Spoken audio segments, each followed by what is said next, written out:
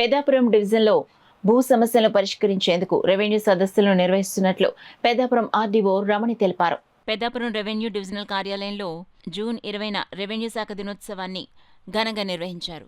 ఈ కార్యక్రమానికి revenue divisional అధికారి K Ramani, state civil supply director Tummala Padmaja ముఖ్య అతిథులుగా హాజరయ్యారు. అలాగే కూటమి ప్రభుత్వ నాయకులు, రెవెన్యూ శాఖలో వివిధ స్థాయిలో పనిచేసిన విశ్రాంత ఉద్యోగులు, ప్రస్తుతం విధులు నిర్వహిస్తున్న అధికారులు, సిబ్బంది పెద్ద సంఖ్యలో పాల్గొన్నారు. ఈ కార్యక్రమానికి పెద్దాపురం తహసీల్దార్ సభ అధ్యక్షురాలిగా వ్యవహరించారు. ఈ సందర్భంగా రెవెన్యూ శాఖ చరిత్ర, ప్రాముఖ్యత మరియు ప్రజలకు అందజేస్తున్న వివిధ సేవల గురించి విశదంగా వివరించారు. పదవీ విరమణ పొందిన ఉద్యోగులు మాట్లాడుతూ తమ సేవాకాలం అనుభవాలు, రెవెన్యూ శాఖలో పనిచేసిన సందర్భాలు, సంఘటనల గురించి పంచుకున్నారు.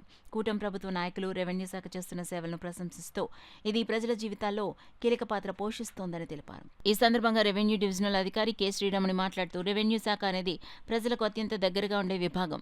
భూమి రికార్డులు, ఆదాయ ధృవీకరణలు, సహాయక పథకాలు వంటి అనేక అంశాల్లో ప్రజలకు నిత్యం సేవలు అందిస్తోంది. ఈ దినోత్సవం ద్వారా ప్రజల్లో ఈ శాఖ పట్ల విశ్వాసం మరింత పెరుగుతుందని తెలిపారు. ఈ కార్యక్రమంలో చివరిగా విశ్రాంత ఉద్యోగులకు సన్మానాలు, ప్రత్యేక సందేశాలు నిర్వహించబడ్డాయి. ప్రాంత ప్రజలు, ప్రజాప్రతినిధులు, రెవెన్యూ శాఖ అధికారులు తదితరులు పాల్గొన్నారు. ఈ ప్రభుత్వ యంత్రాంగంలో రెవెన్యూ వ్యవస్థ చాలా అతిముఖ్యమైనది. ఎందుకంటే పోలీసు వ్యవస్థతో సమానంగా 24 గంటలు కూడా పనిచేసే వ్యవస్థ ఏదైనా ఉందంటే రెవెన్యూ వ్యవస్థ. అది ప్రతి పౌరుడికి కూడా అవసరమైన వ్యవస్థ. ఎందుకంటే వారికి ఈరోజు పుట్టిన బర్త్ సర్టిఫికేట్ నుంచి ఈరోజు చచ్చిపోయిన డెత్ సర్టిఫికేట్ వరకు కూడా ఈ మధ్యలో జరిగే కార్యక్రమాలన్నింటినీ కూడా సమన్వయం చేసుకుని వెళ్ళే వ్యవస్థ రెవెన్యూ వ్యవస్థ. వీరికి అనుక్షణం 24 గంటల డ్యూటీ కూడా ఉంటుంది.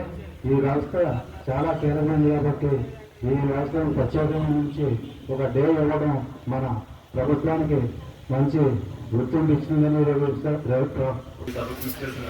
అధికారులు, రాజకీయ నాయకులందరికీ కూడా నమస్కారం తెలియజేస్తాను. ముందుగా మన రెవెన్యూ శాఖ అంటే అన్ని డిపార్ట్మెంట్ని కోఆర్డినేట్ చేసుకుని వెళ్ళాలి. మన పని మనం చేసుకోవడం అనేది అది ప్రతి శాఖకి ఉంటుంది, ఎవరి డ్యూటీ వాళ్ళకి. కానీ అన్ని శాఖలు కూడా కోఆర్డినేట్ చేసుకుని ఎక్కడ లోటుపాట్లు వచ్చినాయే మళ్ళీ మనమే బాధ్యత తీసుకోవాల్సిన అవసరం ఎంతైనా ఉంటుంది. మరి ఇటువంటి గురుతర బాధ్యత రెవెన్యూ డిపార్ట్మెంట్ ఉంది. మరి దీనికి ఈ రోజు అసలు ఈ శాఖ మనుగడ ఉంటుందా అనేది గత ప్రభుత్వాల్లో మనం చూసాం. ఏమవుతుంది, ఎందులో కలిపేస్తారో ఏదో అనుకున్నది. చివరికి ఈ రోజు మనకి రెవెన్యూకి రోజు ఈ జూన్ 20వ తేదీని రెవెన్యూ డేగా సెలబ్రేట్ చేసుకోవడం అంటే కోట ప్రభుత్వానికి అనేక ధన్యవాదాలు తెలియజేయాలి. మరి ఈ విధంగా మనం కేటాయించినందుకు ఈ టైం ఆ టైం అని కాకుండా ప్రతి క్షణం కూడా సమాజానికి పౌర విధులు ఏవైతే ఉన్నాయో వాళ్ళకి చేయాల్సిన సహాయ సహకారాల కోసం అనినిత్యం ఒక నిబంధన లేకుండా ఉన్నటువంటి జాబ్ ఏదైనా ఉందంటే అది రెవెన్యూ శాఖ. ఆదాయం కూడా దానికి ఎక్కువే, అన్నీ ఎక్కువ, పని కూడా ఎక్కువ.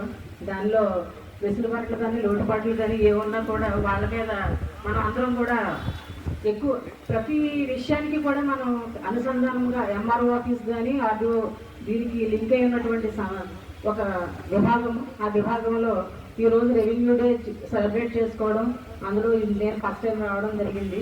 ఈ విషయాలు నాకన్నా కూడా మేడం రమణి మేడం మీ అందరికీ తెలియపరుస్తాను. మనం ఏంటంటే రెవెన్యూ గురించి ఈరోజు కొద్దిగా నేను అంటే మేడం చెప్తారు, చిన్న ఒక్క చెప్తాను. ప్రతి క్షణం ప్రజల సేవలో 24 గంటలు కూడా రెవెన్యూ వాళ్ళు ప్రతి క్షణం అంటే డిజాస్టర్ మేనేజ్మెంట్ అవ్వచ్చు, ప్రతి క్షణం ఏదో ఒక పనిలో 24 అవర్స్లో కూడా డ్యూటీలో ఉంటారు.